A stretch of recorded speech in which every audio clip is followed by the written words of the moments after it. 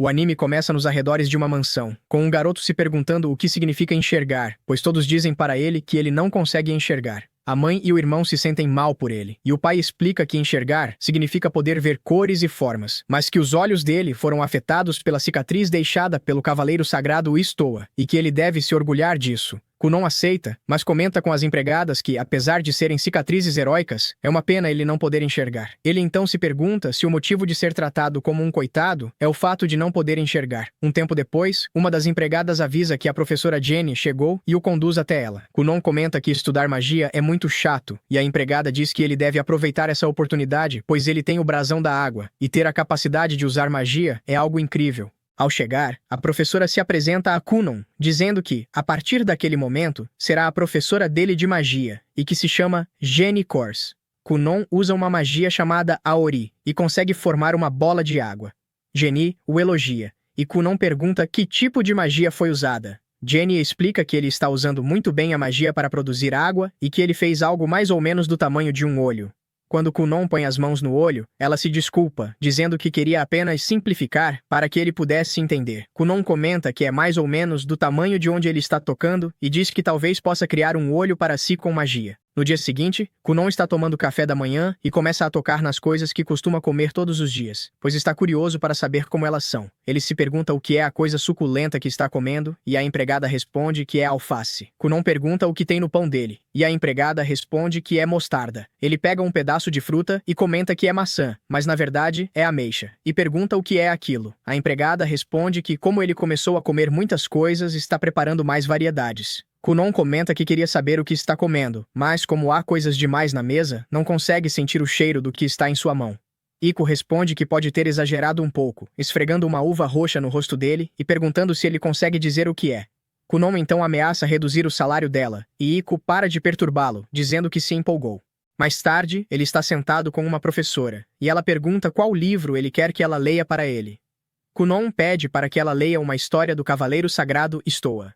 Ela se surpreende e olha para Iko, que confirma. A professora concorda, mas pede que ele avise caso se sinta mal. Kunon diz que ficará bem, pois está ansioso para aprender sobre muitas coisas. Então é explicado que, tempos atrás, uma grande guerra eclodiu entre os heróis do mundo humano e o Lorde Demônio. O herói, Istoa Ruglia, conseguiu derrotar com sucesso o Lorde Demônio, mas perdeu um braço e uma perna na batalha. Após a guerra, os descendentes de Istoa às vezes são crianças que nascem faltando algo, podendo ser um braço, uma perna ou até mesmo a visão. As pessoas consideram essas crianças como o retorno de um herói, chamando isso de cicatrizes do herói.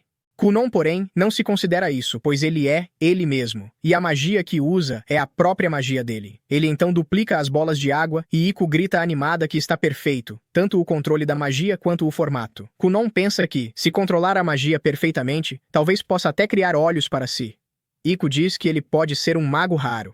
Kunon desfaz a magia e cai no chão, dizendo que é muito cansativo e que ainda está longe de alcançar seu objetivo, pois sua magia ainda não é suficiente. Sua empregada entende tudo errado e pergunta se o amor dela por ele não é suficiente, já que se dedica tanto a ele, chegando a sugerir que poderiam dormir juntos. Kunon rejeita na hora, comentando que não tem conhecimento nem força física suficientes para criar magia de alto nível. Iko diz que ele só tem 7 anos e que está apenas começando, fazendo Kunon responder que já está atrasado, pois desmaia usando apenas magia básica. Iko diz que aumentar de repente a quantidade de comida não é bom para o corpo, e que ele deve se acostumar aos poucos. Kunon comenta que deseja criar mais músculos, mas que para ele, andar e correr não é viável.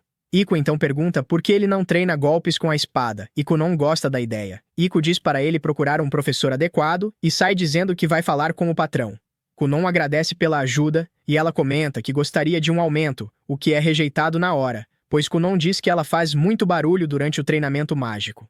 Iko responde que ainda bem que ele ouviu, pois, se tivesse ignorado, ela teria feito ele chorar à noite na cama. No dia seguinte, quando Jenny chega para a aula de magia, vê Kunon treinando com a espada. Iko percebe a presença dela e avisa Kunon que a professora de magia chegou. Ele cumprimenta o professor de esgrima e diz que por hoje é tudo, pois está na hora da próxima aula. Kunon agradece ao mestre Ouro. Jenny se aproxima, achando interessante o interesse dele por esgrima. Kunon comenta que, para usar magia, é necessário conhecimento e força física, deixando Jenny impressionada com a mudança dele. Ela pergunta se ele quer fazer uma pausa antes de começar a aula de magia, e Kunon responde que está bem. Jenny pede para ele revisar a magia que aprendeu da última vez, chamada Aori, dizendo que não tem problema ele começar de onde se lembrar. Kunon usa a magia, criando diversas bolas de água, deixando Jenny chocada. Iko começa a gritar que o Kunon dela é maravilhoso. Jenny não consegue acreditar no que está vendo, pois só ensinou um pouco a ele. E o que vê agora é um avanço totalmente próprio. Ela passa a achá-lo assustador. Em outro lugar, vemos uma empregada dizendo a Mirika que sua carruagem está pronta. Mirika se pergunta se realmente precisa ir. A empregada pergunta se ela detesta tanto assim ir ver o noivo. Mirika se questiona se Kunon pensa da mesma forma que ela, pois ele sempre tem um rosto triste. A empregada comenta que é uma decisão tomada por Sua Majestade, o rei, e Mirika concorda em ir. Dentro da carruagem, ela continua resmungando, pois Kunon, que tem a cicatriz do herói, é precioso para o reino, e por esse motivo, arranjaram esse casamento político. Como ela é da família real, é seu dever, mas mesmo assim, é tediante. Toda vez ela pergunta do que ele gosta e o que poderiam fazer para brincar, mas ele sempre responde que não gosta de nada, com um rosto triste, dizendo que não consegue fazer nada e nem pode ir a lugar algum. Pensar que terá que ver aquele rosto sombrio pelo resto da vida é desanimador. Ao chegar na casa de Kunon, ela vê um garoto totalmente diferente. Kunon, sorrindo, cumprimenta a princesa Mirika, deixando-a em choque. Ela olha para Iko, que comenta desnecessariamente que a princesa está linda e que se ela fosse um homem grande, barbudo e de meia idade, não a deixaria em paz. Isso faz Mirika comentar que o exemplo é bem assustador.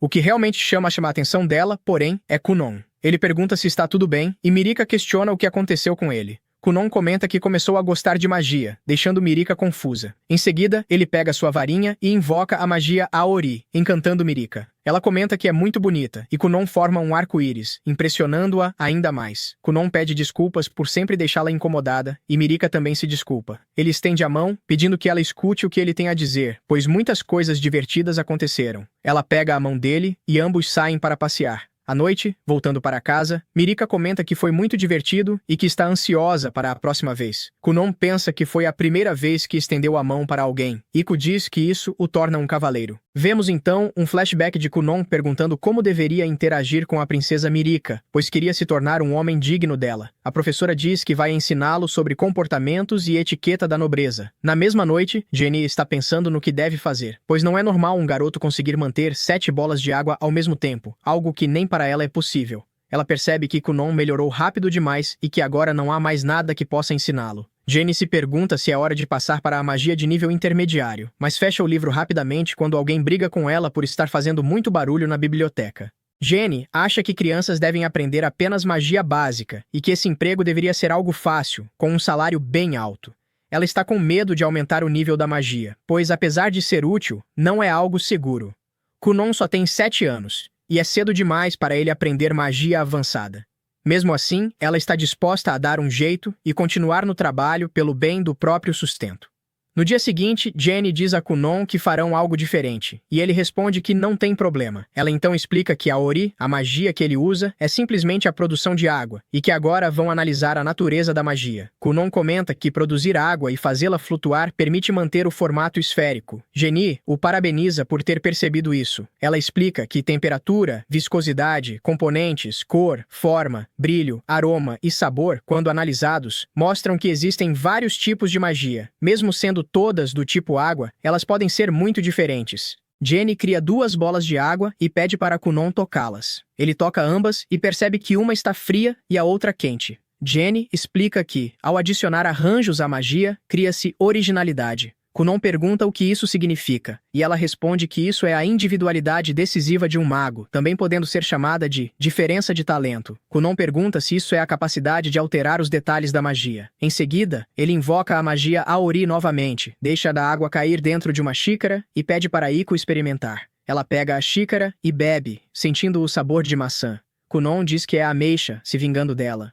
Iko comenta que tem um gosto bom e que é fácil de beber. Jenny fica apavorada, pois ele conseguiu fazer um arranjo que ela passou a noite inteira pensando em como realizar. Em apenas alguns segundos, ela diz que Kunon é capaz de fazer tudo. Kunon comenta que foi bastante difícil e que vai se esforçar ainda mais. À noite, na cama, Kunon pensa que consegue identificar o formato e o aroma das coisas, mas não conhece as cores. Assim, fica difícil perceber mudanças mágicas, e ele conclui que não conseguirá criar um olho. No dia seguinte, Iko pergunta o que Kunon quer beber, e ele pede um chá com leite.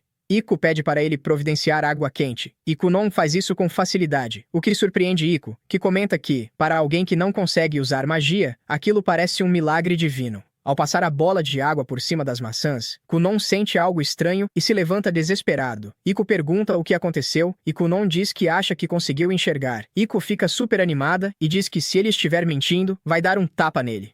Kunon pede para ela se acalmar, dizendo que ainda não sabe ao certo e que provavelmente não enxergou de verdade. Iku puxa a bochecha dele, dizendo que ele precisa ter mais senso de humor, pois piadas de mau gosto assim são inaceitáveis. Kunon então diz que acha que conseguiu ver as cores através da magia. Ele pega uma maçã verde e pergunta se é correto dizer que aquilo é vermelho, e Iku responde que não. Ele pega outra e pergunta se aquela é vermelha, e Iku confirma, explicando que as cores e os nomes das cores ainda não correspondem para ele, pois ele nunca as viu antes. Kunon confirma, e Iku diz que maçãs verdes são verde claras, o que deixa Kunon ainda mais confuso com a explicação. Iku pergunta se ele sabe quantas maçãs tem no pote, e Kunon responde que são 5, 3 vermelhas e 2 verdes. Iku o abraça dizendo que é um milagre. Em seguida, ela vai relatar tudo ao pai de Kunon, que fica surpreso. Iku explica que o alcance efetivo ainda é baixo, mas mesmo assim, ele conseguiu distinguir as cores. Quanto mais perto ele está, melhor consegue enxergar, e o efeito fica ainda mais claro através do toque. O pai pergunta se Kunon consegue ler livros, e Iku confirma, dizendo que ele consegue identificar as cores passando os dedos. Ele ainda não conhece as letras, mas está fascinado por livros e guias ilustrados. O pai se sente aliviado e pergunta por que eles não voltam para a casa principal, já que Kunon está morando separado por não querer que os outros se sintam mal por ele. Iku nega, dizendo que Kunon está prestes a passar por uma grande mudança. O pai concorda, mas pergunta se ela não está se esforçando demais para cuidar dele sozinha. Iku responde que está tudo bem, e o pai comenta que a alegria dela faz bem para o filho. Iku, não perdendo a oportunidade, pede um aumento, que novamente é negado. Nos jardins, Kunon diz que está ansioso para ver a professora Jenny, pois quer que ela avalie sua nova magia. Ele usa a Ori novamente, mas dessa vez a magia é maior e de cor vermelha. Sua mãe, seu irmão e seu pai chegam ao jardim, e ao ver a mãe, Kunon perde o controle da magia, ficando todo molhado. Ao chamar por ela, sua mãe desmaia, deixando Kunon confuso. Iku então explica que vermelho também é a cor do sangue. O pai o castiga, deixando-o sem mesada por 2 meses, e corta o salário de Iku por 3 meses, fazendo-a entrar em desespero e desmaiar. Ao final, vemos Jenny apavorada em um canto, se perguntando até onde esse menino vai chegar e se talvez ele consiga conquistar o maior título da magia, conhecido como o Mago Azul.